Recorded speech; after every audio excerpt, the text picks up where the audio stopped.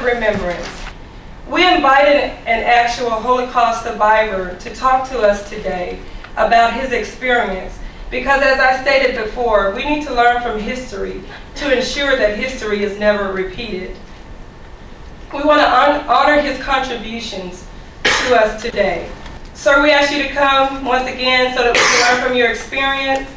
His bio is in your program, so I'm not going to go through that with you. We also ask you to come because you're a former member of the Big Red One, so that didn't hurt.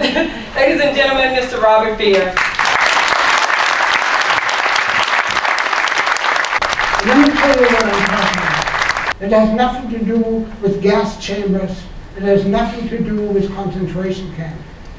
The first and most important suffering for my family and me was when they took away the right to call ourselves Germans. In January 1933, the whole thing changed. 180 degrees. We went from freedom, we live in a democracy, quote unquote, to a dictatorship. Hitler became Chancellor of Germany, and that was in January of 1933. And it wasn't very long. It was maybe about 6 weeks, 7 weeks, 8 weeks, when we began to feel that something was taken away from us. And that is the psychological Holocaust I want to share with you. We were no longer to be Germans.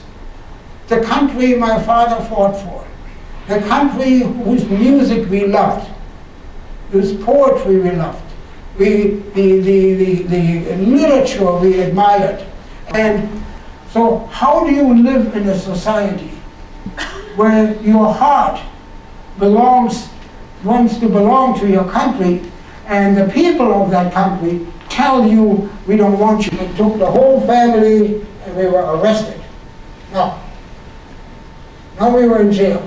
My mother was in a woman's prison, and my stepfather, my mother had married again in the meantime. My stepfather and I were in a male prison. A cell which had a big sign on there, maximum capacity is 16 people. We were 62 in there, so that gives you some idea how crowded it was. They now went ahead and started shipping people to Auschwitz and to any of the extermination camps.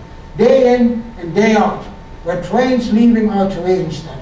I was worried sick about my parents. And as the good Lord would have it, the Nazis needed some volunteers to build a headquarters of one of the SS generals which was destroyed during the war. The 8th Air Force just bombed the hell out of it and no more. So I thought, if the Nazis for once will keep their presence, and by me volunteering to go there, I can save my stepfather's and my mother's life. Well, I did.